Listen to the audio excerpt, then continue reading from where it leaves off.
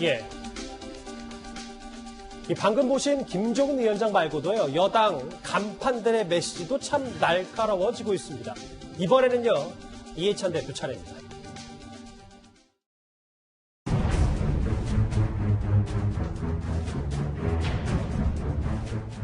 불과 이제 일주일도 남지 않았는데 전반적으로는 더불어민주당이 승기를 잡았습니다.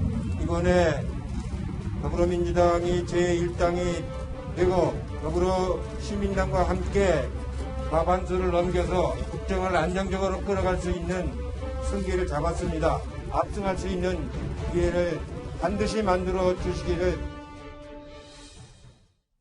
김 변호사님 화면 같이 보실게요. 원래 말의 흐름을 보면 본인이 얼마나 감정이 고조되는지를 알 수 있는데 지금 방금 전에 압승이라는 단어 썼고 김 변호사님 보시기에도 지금 판세가 집권 여당이 절대적으로 유리합니까? 절대적인지 모르겠는데 현재 나오는 여론조사를 보면은 민주당의 흐름이 좋은 건 맞죠.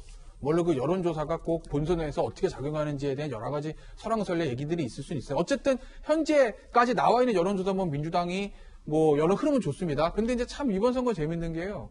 예전에는 사실 선거 때 보면 다 우리가 이깁니다 그러다가 최근 한 십몇 년은 어렵습니다 도와주십시오 이거였거든요. 읍소작전이요? 읍소작전이 어렵습니다. 저희 과반 안 됩니다. 지지층 여러분 꼭 나와서 찍어 이렇게 해서 오히려 약한 소리 하는 게 트렌드였는데 이번 선거부터는 민주당도 그렇고 미래통합당도 그렇고 다들 이제 굉장한 자신감을 내보이는 것으로 트렌드가 바뀐 것 같아요. 아무래도 이 코로나 사태 때문에 사실은 어떻게 보면 모든 이슈가 좀 묻히는 경향이 있어서 과연 이 코로나가 기승전 코로나로 이 선거가 끝날 거냐? 아니다. 정권 심판으로 작동할 거다라는 여야의 생각이 완전히 다르기 때문에 그렇기 때문에 아마 여야가 최근에 있었던 것처럼 읍소 전략보다는 좀 자신감을 내세우는 전략으로 조금 선회한 것 아닌가? 좀 그렇게 봅니다. 과반 넘기면 정치과제 쉽게 처리할 수 있다는 말까지 했어요. 김종욱 교수님. 네. 저하고 화면의 흐름을 좀 볼게요. 그런데 낙관론에 대해서 또 지나치게 낙관적인 거 아니냐라는 얘기가 나오는 게 이렇게 총선을 불과 며칠 앞두고는 당시에 여론조사 결과가 이렇게 당시 새누리당이 39% 나올 정도로 더불어민주당이 이겼었는데 다음 한번 볼까요? 막상 뚜껑을 열어보니까 의석수가 거의 비슷했어요. 네. 그럼 지금의 여당도 이거를 좀 낙관할 건 아니지 않냐? 동의하십니까? 당연히 선거는 낙관할 수 없는 거고요. 말씀하신 이제 터널에 들어간 거 아니겠습니까? 그리고 코로나19 때문에 많은 국민들이 선거에 대한 관심들이 적어진 상황에서 저는 이번 일주일 자체가 유권자들에게 많은 고민들을 하게 되는 상황이기 때문에 그 유동의 폭은 더 클 거라는 생각이 드는데 이제 문제는 뭐냐면 민주당은 좀 그런 판단한 것 같아요. 계속 저런 20대 총선의 사례가 있었기 때문에 상당히 조심스러워 했었는데 예. 최근 통합당이 하고 있는 선거운동 방식을 보면 소위 말해서 탄핵의 강도 못 건너고 개혁 보수의 길도 못 걷고 그것을 위한 진정성도 안 보이는 상황에서 계속 막말이라고 하는 이런 막말 퍼레이드가 벌어지다 보니까 이런 상황으로 가게 된다면 민주당이 아무것도 안 하고 지금 현상만 유지하게 된다면 나름대로 그것이 리스크 관리하는 거 아니야라고 판단하는 것 같고요. 그런 측면에서 저는 제가 볼 땐 선거에서 좀 오만한 발언인 것 같은데요. 왜냐하면 과반 넘는다 이런 얘기를 쉽게 하면 안 되는 상황인 건데 거기다 또 무슨 얘기까지 했냐면은 저는 오히려 일당이 되어야 코로나19를 빨리 극복할 수 있습니다라고 얘기해야 되는데 공수처가 벌어질 수 있다 이런 얘기를 하는 거예요. 저는 저부터 이런 식의 접근을 하는 건 소위 우리가 20대 총선이라고 하는 상황을 바라보고 그런 반성적 성찰을 한다면 저렇게 접근하는 건 오히려 유권자들을 좀 우습게 본다는 생각이 들기 때문에 또 다른 변수가 될 수 있다는 생각이 들어서요. 저는 이해찬 당대표께서는 좀 발언을 수위를 낮추시고 오히려 이낙연 총리께서 하시는 것이 낫다는 생각이 많이 들어요. 선거운동하는 방식들은. 글쎄요. 이제 승기를 잡았다는 낙관론 때문이었을까요? 어제였죠. 그러니까 주말에 정치 공작이 터질 것 같다고 말했던 이 대표가 미래통합당에 대해서 이런 단어까지 꺼내들었습니다.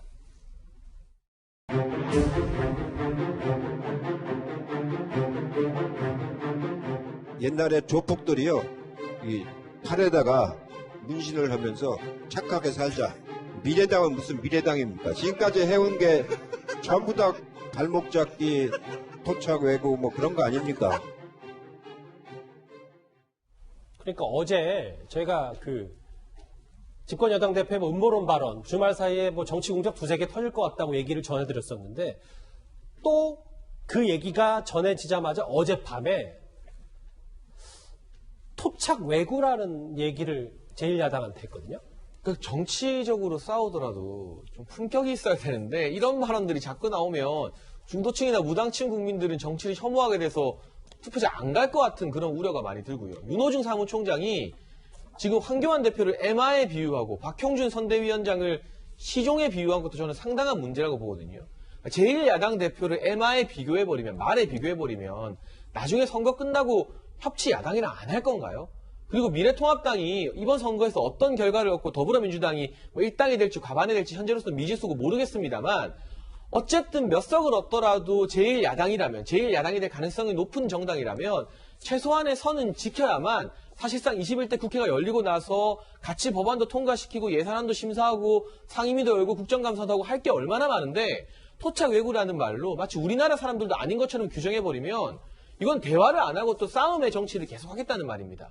그렇기 때문에 상대방을 비난하더라도 금도를 지키면서 말의 품격을 지켜야 된다는 생각이 들고 미래통합당 입장에서는 지금 민주당 주요 지도부의 이러한 과도한 발언들, 막말성 발언들에 대해서는 언론의 관심이 조금 덜한 것 아니냐 이런 불만까지도 제기하고 있는 그런 상황이라고 합니다.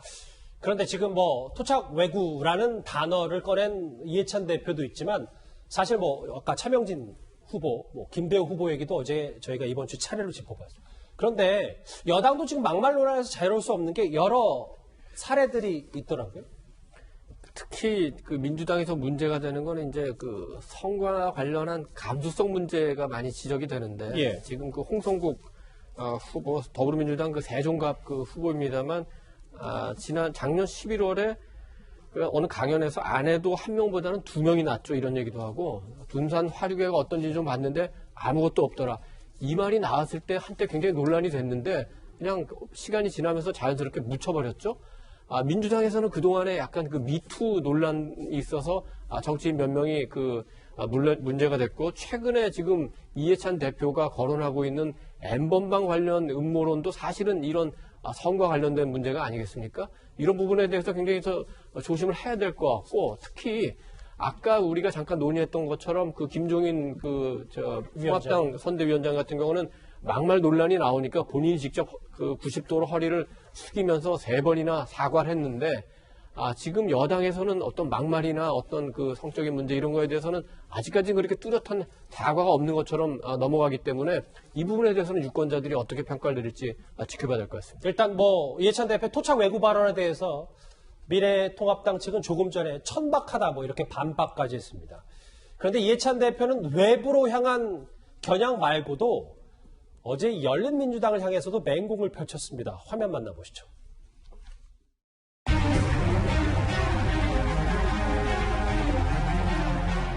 원래 연동형 비례제라고 하는 것은 소수정파, 스스로는 국회에 진출할 수 없는 소수정파를 육성하기 위한 법인데 유명인들이 모여있는 셀럽들이 모여가지고 따로 지금 당을 만들어서 그분들이 의석을 차지할수록 소수자들이 많이 자리를 빼앗기게 됩니다. 관련해서 열린민주당 쪽 반응도 들어봐야 되겠죠. 손혜원 위원장의 목소리입니다. 나중에 어디 가서 언제 만날지도 모르는 그런 당이기 때문에 저희는 한마디도 더불어민주당이나 시민당에 저희는 등을 돌리거나 그들을 공격할 생각이 없어요. 아파요. 저분들이 하시는 말들이. 아프다. 김태현 변호사님. 원래 애초에 이 열린민주당과 뭐 더불어시민당, 뭐 더불어민주당 이렇게 각기 갈등을 빚었을 때 그래도 파이 커지니까 다 좋은 게 아니라고 했는데 발언 수위가 선거 앞두고 높아지니까 글쎄요. 이제 감정 싸움이 조금 되는 겁니까? 아무래도 글쎄 어차피 파이가 보수 정당으로 가지 않고 범진보 진영으로 갈 이제 비례대표 의석수를 더불어시민당하고 열린민주당하고 이제 나눠 가지게 되는 건데 어찌됐든 간에 지금 선거 막판으로 갈수록 본능적으로 한 석이라도 더 가지려고 하지 않겠습니까? 왜냐하면 열린민주당 입장에서 보면 본인들이 정말 10% 얻어서 5석을 가지는 것과 20%를 얻어서 10석을 가지게 되는 것은 5석, 10석 이 차이도 크지만 향후에 어떤 형태로든지 더불어민주당과 합당이든 연대든 뭔가를 했을 때 차기 당권, 더불어민주당 당권, 그다음에 차기 대선 주자 경선에서 엄청난 주도권을 줄 수 있느냐 마느냐의 싸움이거든요. 그러니까 제가 지난번에도 말씀드렸지만 단순히 지금 비례의석 몇 석 이것도 중요하지만 더 나아가서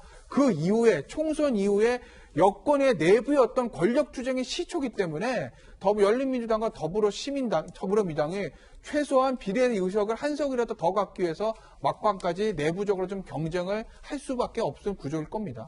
그 구조에 그 구조예요, 김태현 변호사님. 그 구조에 탁현민 전 행정관까지 나섰습니다. 그 목소리 한번 들어보겠습니다.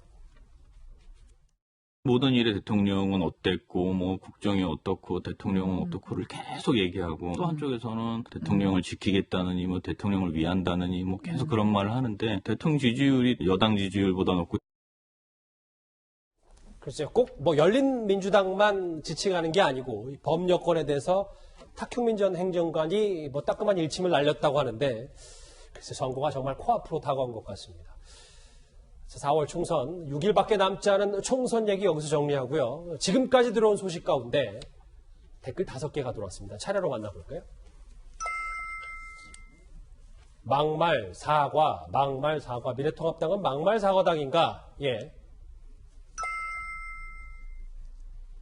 통합당을 토착 왜구라는 여당 대표. 그럼 민주당은 토착 땡땡땡이냐? 그 땡땡땡이 뭘까요? 예. 다음 보겠습니다. 오세훈 후보 걸어가는 중이었는데 조금만 늦게 체포됐었다면 정말 큰일 날 뻔했다. 예. 고민정 후보 음해 색깔은 가짜뉴스. 이건 뭐 퍼뜨릴수록 오히려 자살골이다. 마지막 볼까요? 해리스는 주일 대사나 해라. 리포트 대사 그립다. 한국을 엄청 좋아했었는데. 외교가 이슈와 정치권 이슈 오늘도 댓글 5개가 들어왔습니다. 오늘 5개 댓글 모두 감사드립니다.